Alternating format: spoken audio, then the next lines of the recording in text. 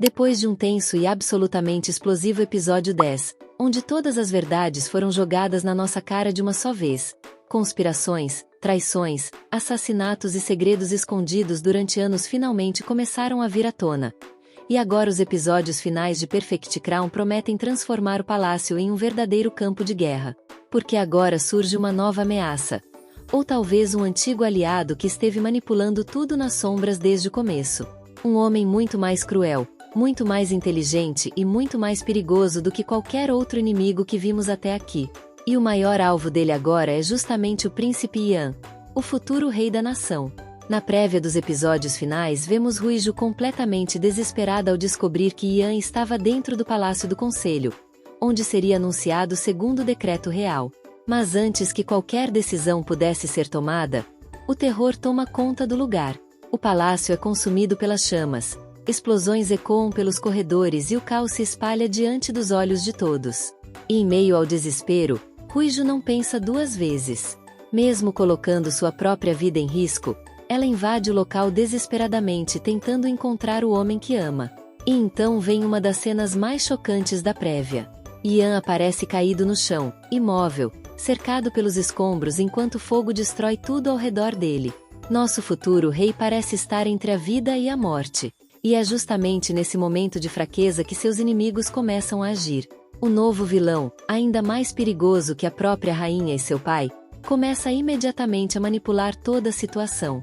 Ele convence a rainha a encerrar oficialmente a regência do príncipe e até mesmo espalhar rumores sobre sua morte para o reino. Enquanto isso, dentro do palácio, todos começam a se perguntar a mesma coisa. Yan realmente morreu? Ou ainda está vivo? E é justamente em meio ao medo, ao caos e à incerteza que Yan ressurge das sombras. Em uma reviravolta emocionante, ele desperta e, ao descobrir que Ruiju estava desesperada tentando vê-lo no hospital, decide agir em segredo. Sua esposa, agora princesa e futura rainha, corre tentando confirmar se o homem que ama realmente sobreviveu. Mas antes mesmo de chegar ao hospital ela é surpreendida. No meio do caminho, Yan surge diante dela inesperadamente. Ele segura seu braço, e então a puxa para um abraço intenso e emocionante, daqueles que fazem o coração parar por alguns segundos. Porque pelo que tudo indica, ninguém além dele sabe que ele acordou. E é exatamente aí que Yan decide usar isso contra seus inimigos. Enquanto os ministros discutem friamente quem assumirá o controle da nação acreditando que finalmente venceram, Yan aparece de surpresa no meio da reunião. A cena promete ser uma das mais épicas do dorama.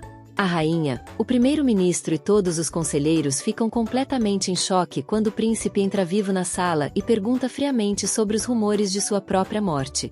O caos explode novamente dentro do palácio. Mas o que realmente deixou os fãs em choque foi o comportamento suspeito do primeiro-ministro. A prévia começa a indicar cada vez mais que ele talvez seja o verdadeiro cérebro por trás de tudo o que aconteceu até agora.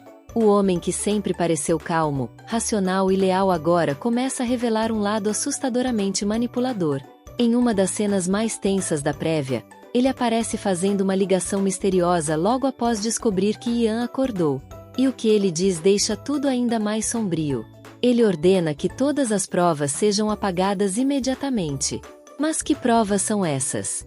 E do que exatamente ele está tentando se esconder? Nesse momento a série praticamente joga uma bomba nas mãos do público. Porque tudo começa a indicar que talvez o primeiro-ministro esteja ligado até mesmo à morte do antigo rei. Será que foi ele quem arquitetou o incêndio? Será que ele manipulou todos dentro do palácio esse tempo inteiro enquanto fingia proteger a família real?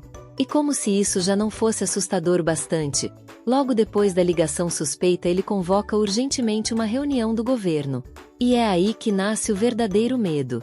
Porque ninguém sabe o que ele está planejando agora.